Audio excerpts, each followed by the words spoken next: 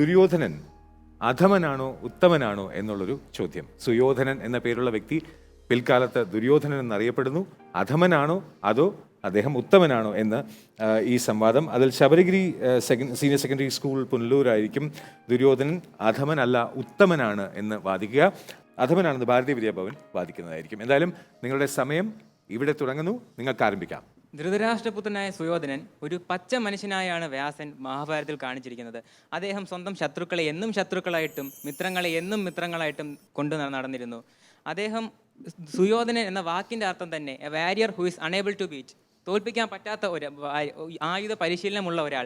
ഭീമനേക്കാളിലും ഗദായുദ്ധത്തിലും മറ്റു പല കാര്യങ്ങളിലും മുമ്പിലായിരുന്നു ദുര്യോധനൻ എന്ന് നമുക്ക് പരിശോധിക്കുമ്പോൾ മനസ്സിലാവും. ഒരു രാജാവിന് അദ്ദേഹം എങ്ങനെ ആയുധം പ്രയോഗിക്കുന്നു അല്ലെങ്കിൽ അദ്ദേഹം എങ്ങനെ യുദ്ധം ചെയ്യുന്നു എന്നല്ല, അദ്ദേഹം ധർമ്മം പാലിക്കുന്നു. ദുര്യോധനൻ ധർമ്മം പാലിച്ചിരുന്നു. അതായത് ധൃതരാഷ്ട്രർ കുരുക്ഷേത്ര യുദ്ധം കഴിഞ്ഞതിന് ശേഷം ധൃതരാഷ്ട്രർ വനവാസത്തിന് പോകുമ്പോൾ അവിടുത്തെ ഗ്രാമവാസികൾ അദ്ദേഹത്തെ കണ്ട് പറയുന്നു, താങ്കളും താങ്കളുടെ മകനും നല്ലൊരു രാജ്യഭരണം തന്നെയാണ് കാഴ്ചവെച്ചത്, താങ്കൾ ഇനിയും ഇവിടെ താമസിക്കണം, ഞങ്ങൾക്ക് ഇനിയും താങ്കളുടെ കൂടെ താമസിക്കണം, ഇവിടുന്ന് ഒരിക്കലും പോകരുത് എന്നാണ് അവർ പറയുന്നത്. സ്ത്രീത്വത്തെ അപമാനിച്ച ക്രൂരനാണ് ധർമ്മപുത്രൻ. തനിക്ക് എങ്ങനെ പറയാൻ സാധിക്കും? ഒരു അപമാനിച്ചു എന്ന് താങ്കൾ പറയുന്നു. ഇടപെടുന്നു ധർമ്മപുത്രനല്ല ദുര്യോധനൻ. ഓക്കെ, നിങ്ങൾക്ക് തുടരാം. ആള് മാറിപ്പോയി. സ്ത്രീത്വത്തെ അപമാനിച്ച ക്രൂരനാണ് ദുര്യോധനൻ. എങ്ങനെ? പാഞ്ചാലി വസ്ത്രാക്ഷേപത്തിൽ നാം കാണുന്നില്ല. ദുര്യോധനാണ് വസ്ത്രാഭിഷേകം ചെയ്തത്. അല്ല, ദുര്യോധനൻ ആജ്ഞ കൊടുത്തിട്ടില്ല. കർണനാണ് ആജ്ഞ കൊടുത്തത്. ദുര്യോധനൻ ആജ്ഞ കൊടുത്തിട്ടേ ഇല്ല. കർണനാണ് ആജ്ഞ കൊടുത്തത്. തെളിവുണ്ട്.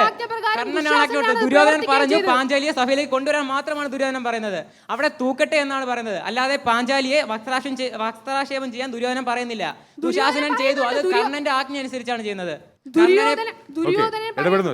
സബ്ജക്ട് മാറുന്നു. ദുര്യോധനൻ ഉത്തമനാണോ അധമനാണോ എന്ന് മാത്രമാണ് വിഷയം. ബാക്കിയുള്ള വിഷയത്തിലേക്ക് പോകാതെ നിങ്ങൾക്ക് തുടരാം. സ്ത്രീത്വത്തെ അപമാനിച്ചവനാണ്. അല്ല, അത് നേരത്തെ പറഞ്ഞ പോയിന്റ് ആണ്. എഗൈൻ അടുത്ത പോയിന്റിലേക്ക് കിടക്കാം. ഓക്കെ, അവർക്കില്ല എന്നുണ്ടെങ്കിൽ നിങ്ങൾക്ക് തുടരാം. പറയാം, ദുര്യോധനൻ ഉത്തമനാണെന്നുള്ള ആ ഒരു വിഷയം. ദുര്യോധനൻ ഫ്രണ്ട്ഷിപ്പിനെ നമുക്ക് നമ്മുടെ ഇപ്പോഴത്തെ ഇടയിലേക്ക് ഫ്രണ്ട്സിന് ആൾക്കാർക്ക് വളരെ കുറവാണ്. ആ ഇതിൽ പറയുന്നു ദുര്യോധനൻ ജാതി നോക്കി കൂട്ടുകൂടരുതും, കൂട്ടുകൂടിയാലും ജാതി നോക്കിയാലും ദുര്യോധനൻ നമ്മളെ പഠിപ്പിക്കുന്നു. നമ്മൾ എന്തുകൊണ്ട് ദുര്യോധനെ പഠിച്ചില്ല? കർണൻ അങ്ങനെയല്ല, അത് സ്വാർത്ഥത മൂലമാണ്, വെറും സ്വാർത്ഥത മൂലം. കഴിവുള്ളവൻ അംഗീകാരം കിട്ടിയത് എവിടെയായാലും അംഗീകാരം കിട്ടണം. അർജുനനെതിരെ വെല്ലുവാൻ അദ്ദേഹത്തിനെ കാട്ടി ഒരുപക്ഷെ അദ്ദേഹത്തിനെ കാട്ടി കഴിവുള്ള ആളാണ് കർണൻ.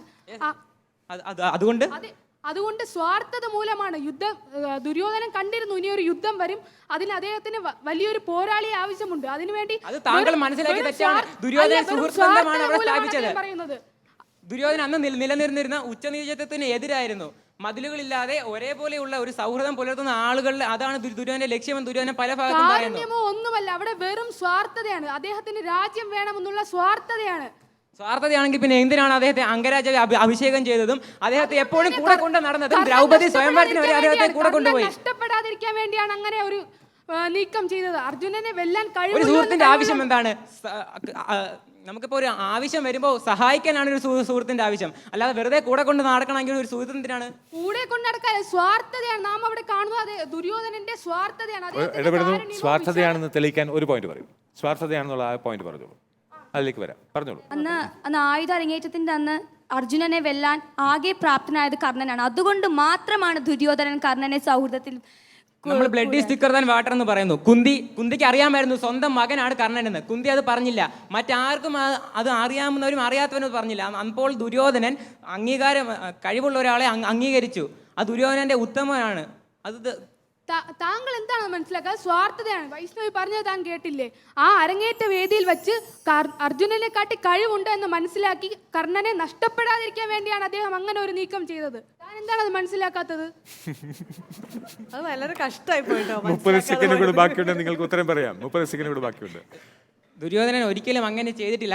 കുട്ടിക്കാലം മുതൽക്കേ മുതൽ നാം കാണുകയാണ് ഭീമനാണ് ആദ്യം ദുര്യോധനെ ഉപദ്രവിച്ചത്.